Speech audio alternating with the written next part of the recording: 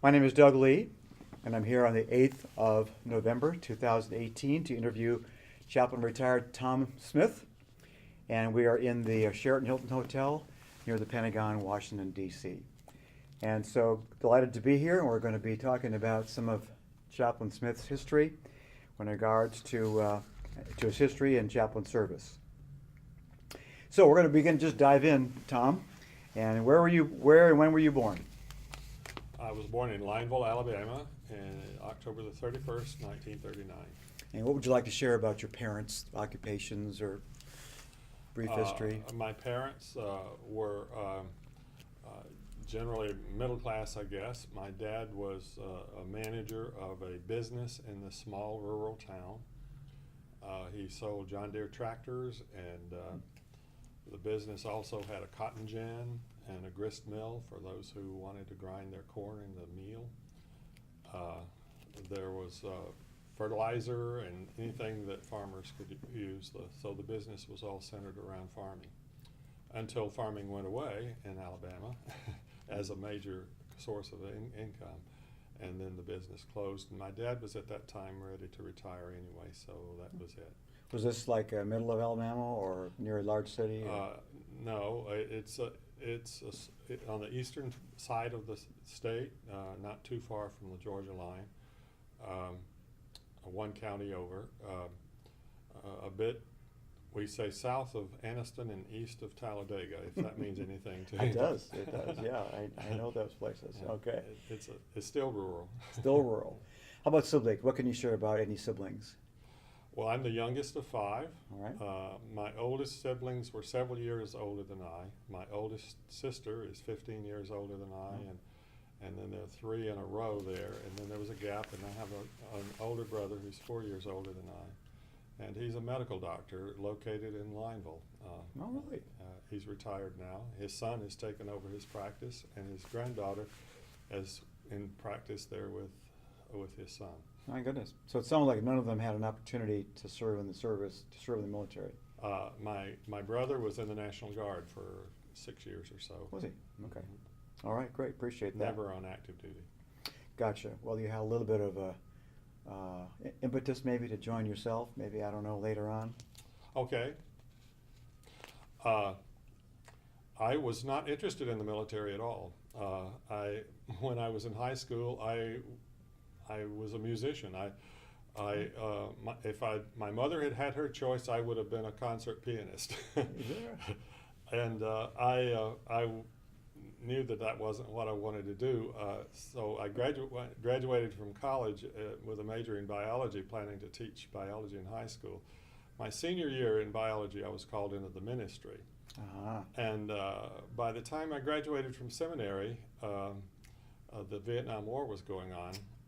I had some friends who were interested in going to hear the representative of the United Methodist Commission on Chaplains recruiting chaplains, and I said, I don't want to go. And they said, well, you come go with us, they're serving donuts. And so I went in, and the fellow made an appeal about the need for chaplains in the Army, and one of the things he said was, these young men are being drafted out of their homes and their hometowns and their home churches, and the church cannot abandon these people because they're going to be going to Vietnam, and some of them are going to die there, and we can't abandon them. Wow. And God put that on my heart. I just could not let that go. And my first reaction was, well, I don't want to go. I had a 3-year-old daughter and a 6-month-old son, and I didn't want to leave them. And you were in a church, I was probably, in a by church. that time? I was in a church. And God made it clear to me that if I was not willing to go wherever God wanted me to go, I was not as committed to the ministry as I needed to be, and so I said, I'll go. And I went, and my experience after basic training after the basic course at the chaplain school was very positive. I realized this was where I needed to be. Oh boy, I love hearing stories like that. Just go back for a second. So did you consider the Air Force or Navy at that time? The Army was the one that was in the greatest need. The Army was building up additional soldiers, and Actually, my wife was more interested in my going into the Navy if I was going into the military because she liked that uniform better. I've heard that story before. Oh my goodness! And so, what year was basic? 67. 67. You were commissioned then in 67 I or was, so, I was. and a direct commission, and then went to basic training probably at Wadsworth. No, At Hamilton. Where'd you go? No, at Hamilton. You did go to Hamilton. Okay. Yeah, right. And then did some work at Fort Dix too? It in did. those days? That's right. We spent a week at Fort Dix. And then my first assignment was at Redstone Arsenal, which gave me absolutely no real orientation to the Army. Right. I can understand. It was like a civilian parish, And close to home. And close to home. And but then, of course, Vietnam was my next assignment, and so my real awakening to the Army was and how it functions was right on in Vietnam. Right on Vietnam. We're going to come back to that in a second. Just Okay. curious if you have any recollections or memories of your basic training. I remember Chaplain Brown was retiring at that time, and the big deal in the physical fitness part was that we had to train to give a parade, a farewell parade to the retiring chief of chaplains. Of course, of course. And it was quite interesting because some of the chaplains were, I'm sure, very competent chaplains, but they didn't have any sense of rhythm, and it was really interesting to watch. I have some recollections of that experience then as well. Those are the days, as I recall, Thomas, when there were 5 different parts of the PT test. Yes. Were you in pretty good shape when you went to the basic course? No, I wasn't. I was in decent shape, but I had to get in better shape, and I lost a good bit of weight that week. That time, which was good. Yeah, which was that good. Any memory of instructors or? I remember a chaplain Rainwater that was an instructor, and then he became a supervisory chaplain in Vietnam later. So Is that right? It was a familiar face I was glad to see. Interesting. So the adjustment from pastor, now you were going active duty presumably. Yes, it was a reserve commission, but I was active duty immediately. You were, okay. And so the transition from pastorate to the military, was that easy for you, not easy for you? Was it like challenge or it just seemed natural? Well, I had done two years of ROTC in college, in undergraduate school, so okay. I knew a little bit about marching and some of the Army customs and saluting and that sort of thing. So I get it. So you were planning on maybe going into the military, and then the Lord called you to the ministry. Never planned on going to the military. Oh, It was just required in the university I attended. If you had not been on active duty before, you had to take 2 years of ROTC. Is that right? I didn't ask you what college. Yeah, Jacksonville State. Jacksonville State. Interesting. Okay, so you at least had the saluting down and Right. how to march and some of that Right, sort of business. yeah. Okay. And so the adaptation was pretty easy, it sounds like. And so you started to tell me about your first real chaplain ministry was when you got to Vietnam. So tell me where you entered Vietnam. Go from there. Well, I like everybody else, it was we flew into Vietnam and we had orientation, a brief orientation, just to be there for a few days, I guess. And then I was assigned to the 9th Infantry Division. USRV Chaplain made the assignments where you was going specifically, and I got that assignment while that orientation was going on. I believe it was at Long Binh. So I was assigned to the 9th Infantry Division, and I was assigned, eventually put into the 3rd of the 60th Infantry Battalion, which was a part of the 1st Brigade. And that was a unique job in all of Vietnam. I was the only Army chaplain that had a job like that. It was with the Mobile Riverine Force, which was kind of an experimental project for the Army working with the Navy. The Army functioned, I guess, something like the Marines do. Right. There was a flotilla of ships that were in the Mekong Delta, the rivers there, and the Army, the battalion was used that for a base camp. We didn't have a base camp on land. It was a flotilla of ships, and so the plan was, of course, they had these mite boats, the long boats that would take the soldiers to the landing zone, and they would do their exercises and have their tasks to do, and then the boats would bring them back to the ships that was their home base. And you had your hooch or whatever was on a boat, or was it? Yeah, I had a rack. Did you really? And we were assigned. The officers on the battalion were all on the ships. Some of us, there were two different ships that we had. Our battalion was split among in between, and the headquarters company was on one of them. It was Apple II-6. Apple II-6. And it was I don't know if we'd call it a boat or a ship. It didn't have an engine of its own. It had to be towed where it was going. It was just an ark. It was there for the barracks that it provided. Interesting. Sounds like you'd be a sitting duck for. Well, that was my first reaction. You're sending me out there to be a sitting duck. Yeah. Then I realized, I learned a lot about human mentality in that experience, because it was before long that I felt like I was safer there than I was anywhere else. Wow. You begin to make these adjustments in your own mind to kind of rationalize your own sense of security. Sometimes it's in error, but it's an effort to try to adjust to a tense situation. Oh, I think so. And I had soldiers that came to me thinking that they were safer out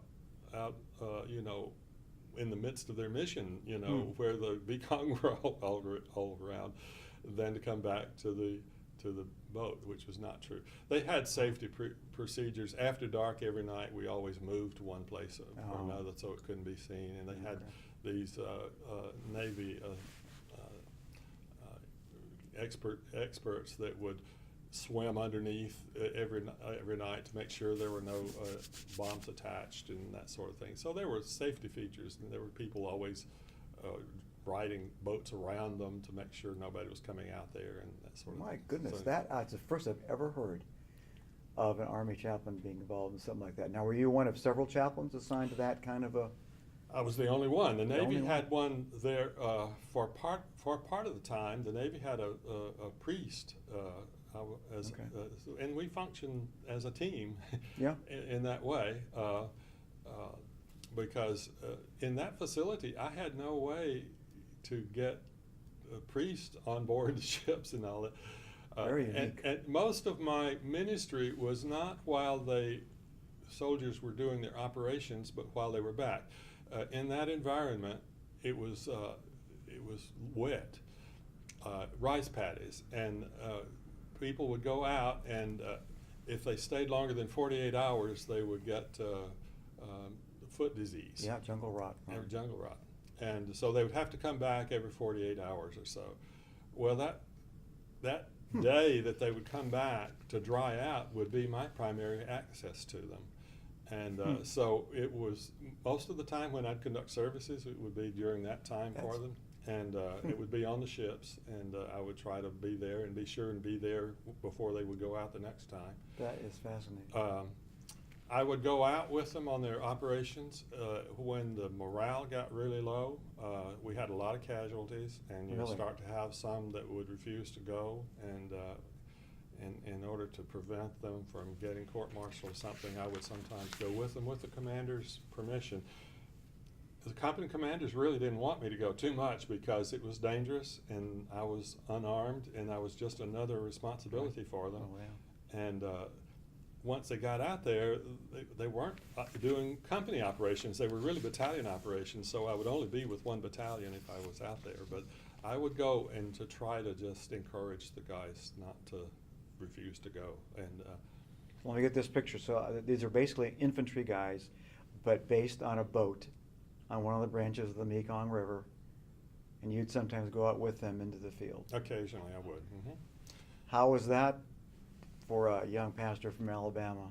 How did you feel about Well, it that? was scary, but you really appreciate what the people are going through, and you want to be there for them. You do. I had a lot of counseling, a lot of issues come up back home, and had sailors come. I had first time in my life, only other situation under that some circumstances, I'd be dealing with sailors as well as No soldiers. kidding. How long was this particular? Were you there in Vietnam for one tour?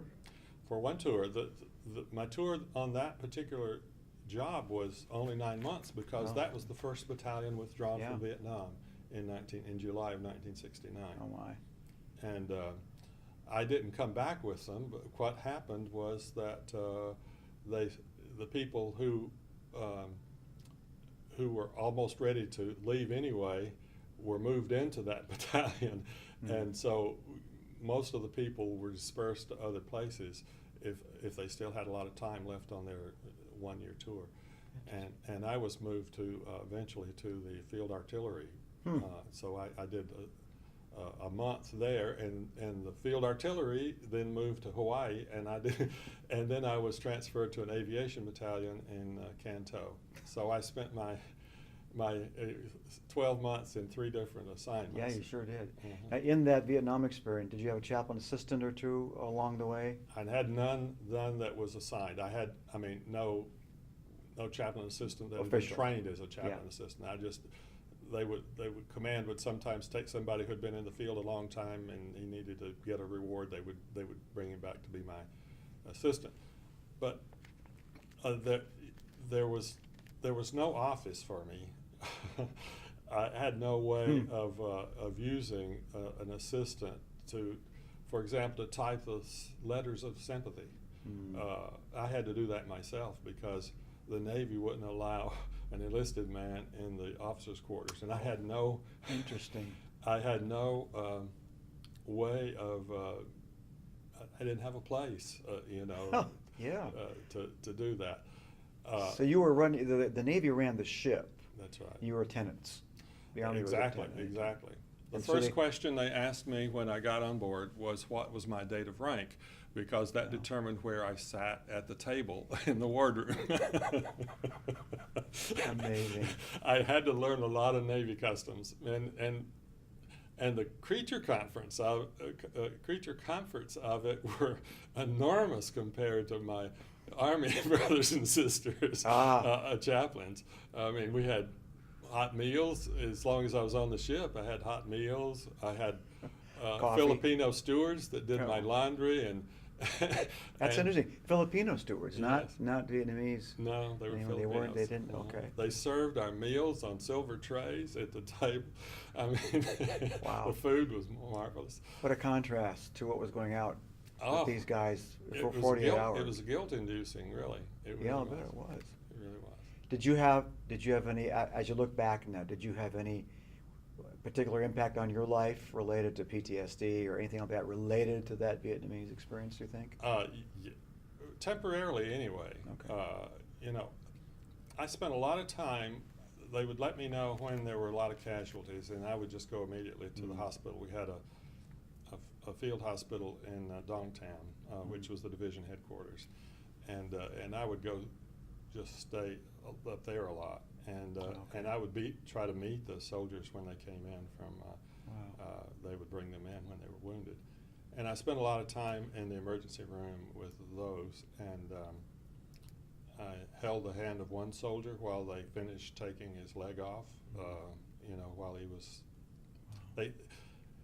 they weren't able to sedate him because of his blood pressure or something. Something, and things like that. It really affected me. I held people's hands and prayed with them while they passed away several times. And for a while, I was not willing to invest myself in catastrophic scenes. I just couldn't do it. You knew what the boundaries were for yourself. Yeah, I passed by an auto accident, and I just couldn't stop. Gotcha.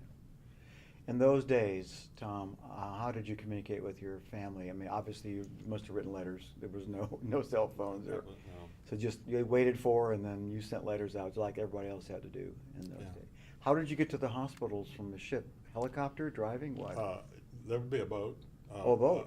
A boat to to the dock, and then I would just walk up to the hospital. Oh, I see. Uh, So the boat was out in the river. near but okay. We had the boats docked up next to the flotilla, Okay. and then there would be small boats that we I could go got you. back to the Gotcha.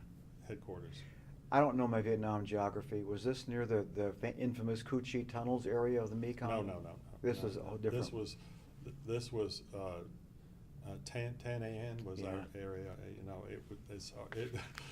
it's hard to say. There was just a bunch of streams. It was Okay. not. They said it was not the Mekong River, but it was a bunch of streams there, and it was the canals, these little narrow canals that they would use to get the mite boats.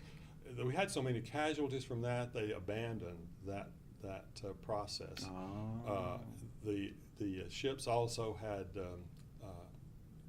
helipads on the top, and so we eventually moved to being air lifted okay. instead of boat water mobile. And then stayed away from those small canals, obviously, Yeah. which were probably like traps. They were.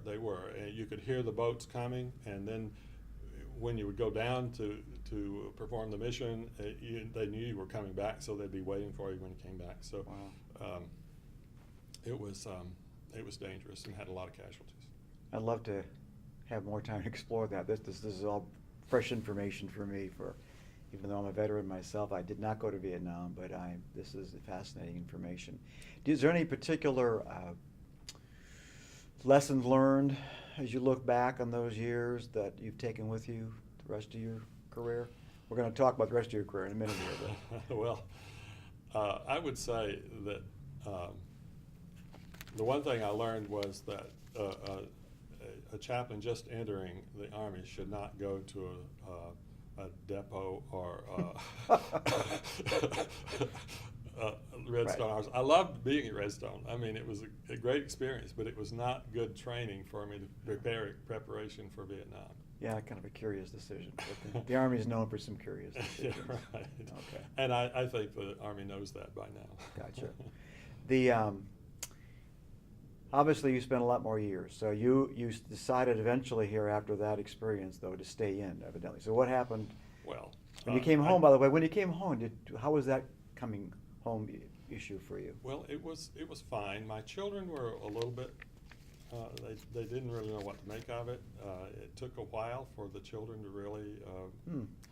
I think they felt abandoned at first. They didn't really understand, and we made a family again. I had a lovely wife who really took care of them, and although she had a lot of problems that just would have happened whether I was there or not, but Right. she had to do it by herself, and she kept them posted. I think the emotional trauma from that tour probably was levied more towards my children than it was to me. Interesting. I'm sure there are probably people who could echo that, especially from that season of life. So where did the Army send you? Went to then? Fort Lewis from there, and Okay. it was wonderful, just wonderful. You know, I signed up. I told God I'll give you 3 years, Oh. and when the 3 years was up, I didn't want to leave. Oh, okay.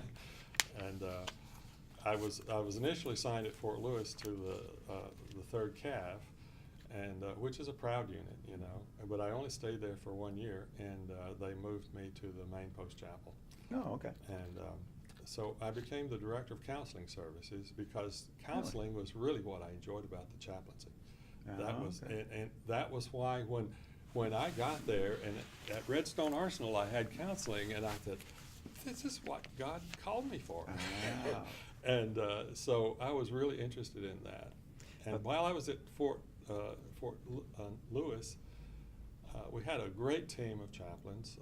Chaplain Jim Shaw, who is here, was Yeah. a senior Protestant chaplain. Okay. And we just had a wonderful team of chaplains. G.T. Gunhoose was a captain alongside me there. And we had, I think there were 5 or 6 or 7 of us that were captains at that time who made 06. Those are great memories. Yeah, and we were just having a good time. And all those guys were probably Vietnam vets too. Most of the team were Vietnam. Everybody So you was had all from that Vietnam, experience yeah. tying you together And as come well. back to Vietnam, and we Yeah. started having people who came there and then went to Vietnam from there. So we Oh, okay. So went from there to the 3rd Armored Division in Germany, and there again, it felt very much like the call of God to the ministry and to the chaplaincy. It didn't seem right to do it. It didn't make sense. But this counseling had done and enjoyed so much at Fort Lewis wasn't the same when I was in Germany. And so I felt the need. The Army by that time had gone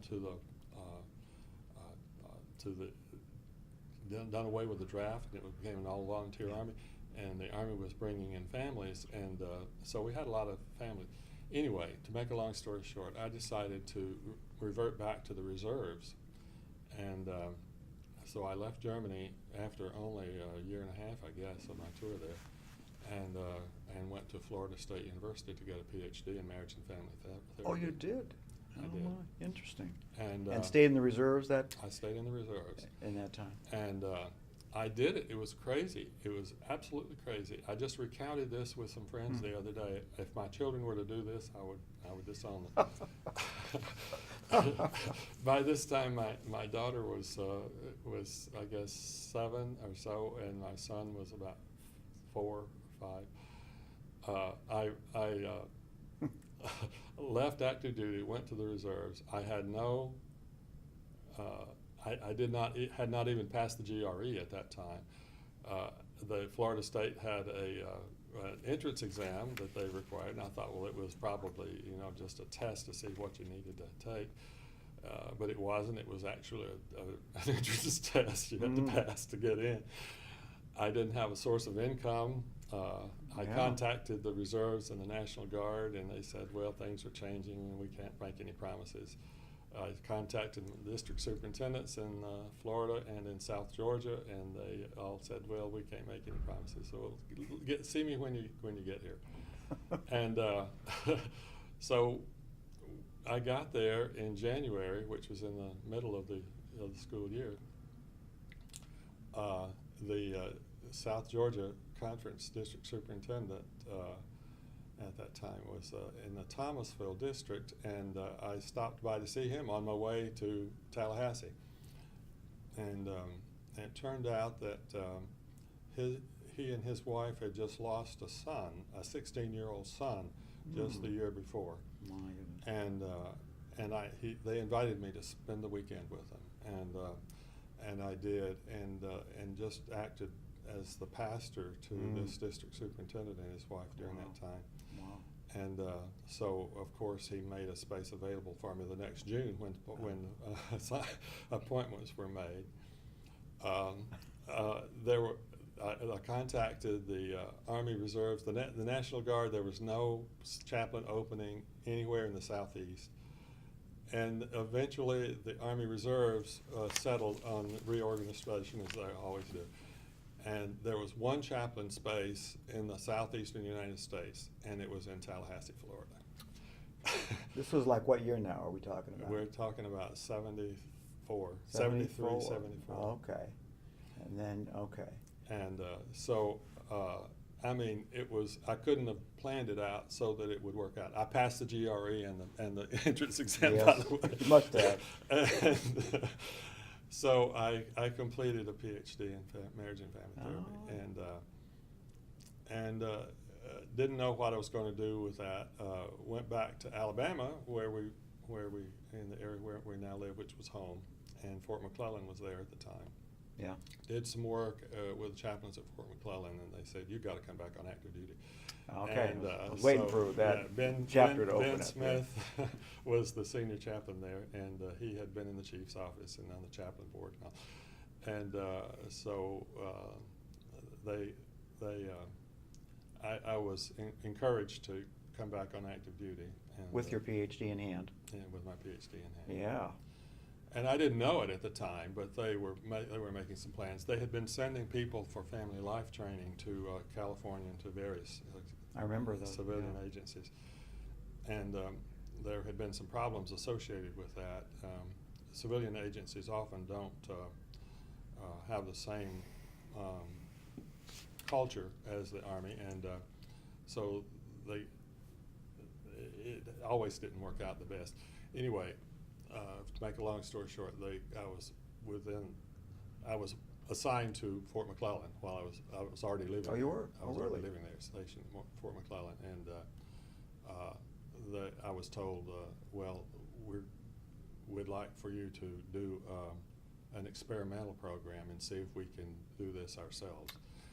And so I was tasked to try to find a civilian school where chaplains could get their academic training in an accredited civilian university, but get supervision of their counseling on the post with soldiers, with a chaplain supervising their counseling, and that's exactly the model we used. And you were there. I was the one doing it. I was the Because first before, one. when you were at Fort Lewis, hadn't been. Was there a family life? No, There was nothing like that stuff. No, That's what I was none thinking. of that stuff. None of that stuff at that time.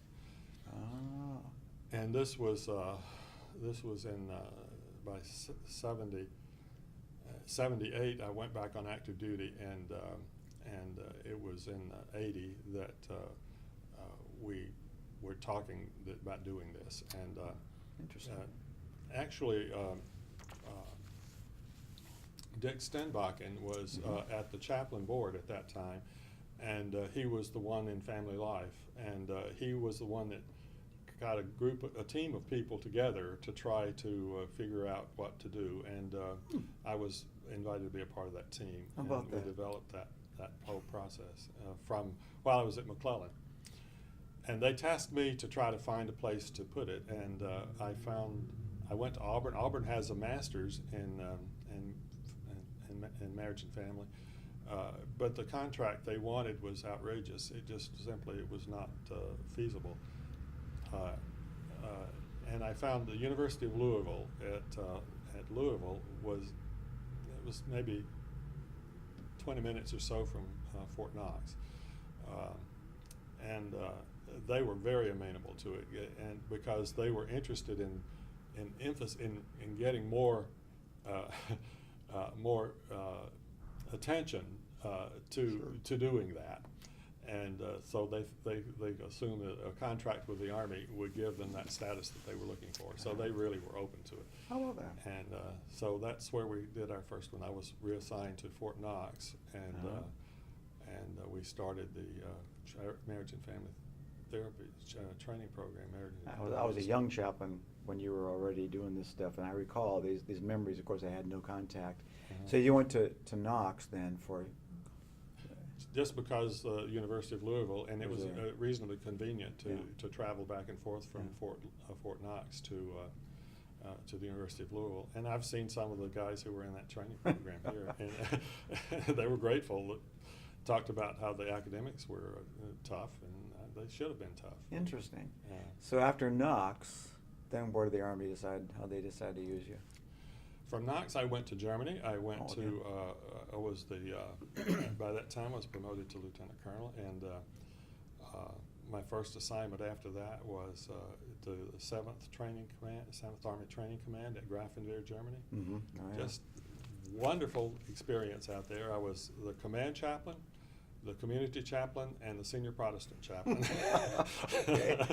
But Multitasking. but the chapel there at Grafenwehr was a small group of permanent party folks there. A lot of trainings folks, come in there, I'm but sure. a small group, and it was just like a small town in the United States. So Germany was a little better for you the second time I around. loved it, loved it, and I had a group of chaplains that were interested in getting some supervision, clinical supervision, and I did some of that off the cuff while they were doing that. During this whole time, and we're not done yet with your career, but the chief was kind of using you as a person with some higher education, Yeah. even though you were doing normal Army things like post chaplain and so on, you were still keeping your finger in the counseling, Yeah. training, mentoring arena? Yeah, I never stopped doing Okay. that. All right. Wherever I was. In fact, I was trained in family systems there at Florida State, and so the application of family systems to larger organizations is just obvious. And so everywhere I've been ever since then, I think about my work in terms of family systems and the issues that come up and the anxiety, you know, how you deal with the anxiety and that sort of thing. You know, even a parish or or whether it's a parish or it's an army unit Yeah. or the Pentagon. Well, sure. Yeah. We should do another video with you doing some training. It's not- I don't know, Well, maybe I'm we not the should. only one anymore. You Yeah, I know, know. Got a lot this of- whole thing is but you sell- expanded, and I just feel blessed to have been a pioneer. You in were. that area. You were a pioneer. and just happened to be at the right place at the right time.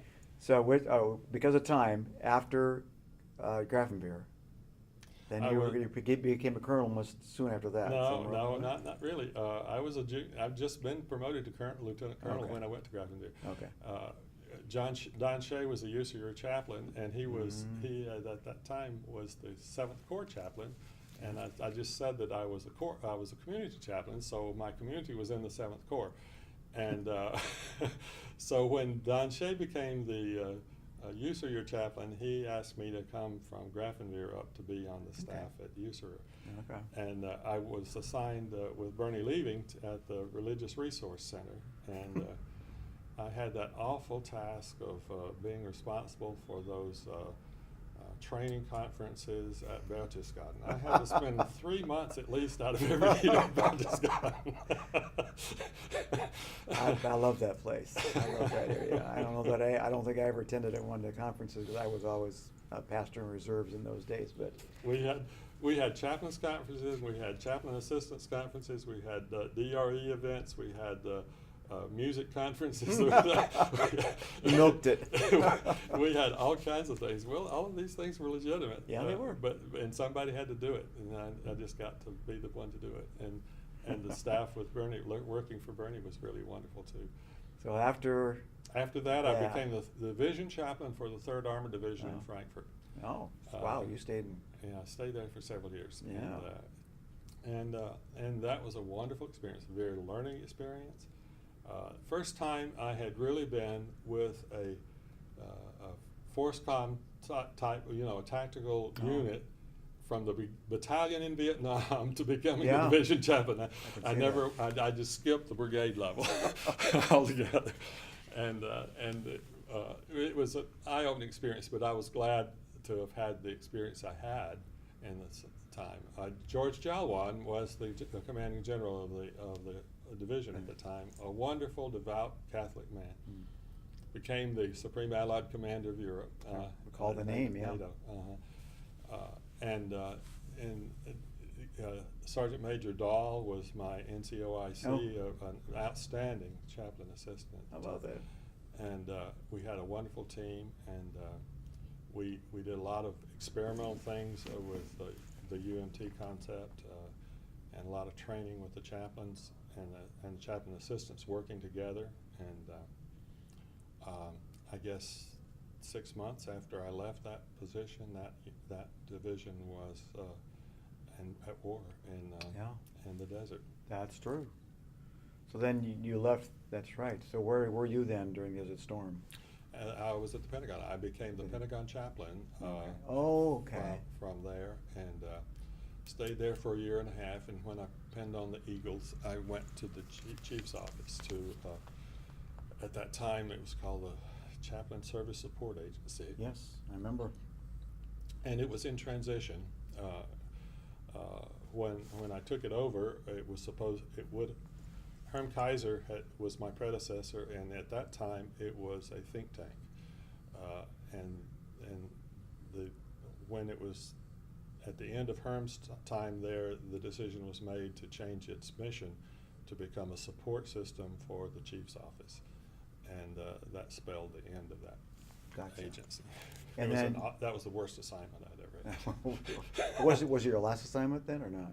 No, the best part about that was that I had a role to play in the assignments of chaplains, and when Sandy Dresden submitted his paperwork for retirement at Walter Reed, I was able to get that assignment as chief of pastoral care at Walter Reed, and I was glad to get back into the clinical world. I'll bet you were.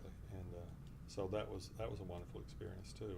General Ron Blank was the commanding general there, became the Surgeon General of the Army. Yeah. Wonderful experience there.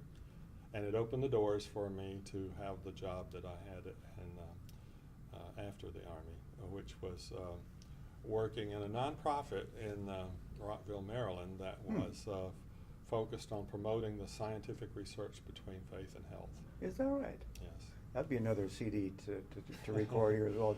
Spent 7 years there. This one of the pioneers in that whole field was David Larson, and he was the one that founded that organization. And he asked me to come and be the COO, and so I managed the staff there in the civilian world. Hard for an rural Alabama person to think about where that would end up, isn't it?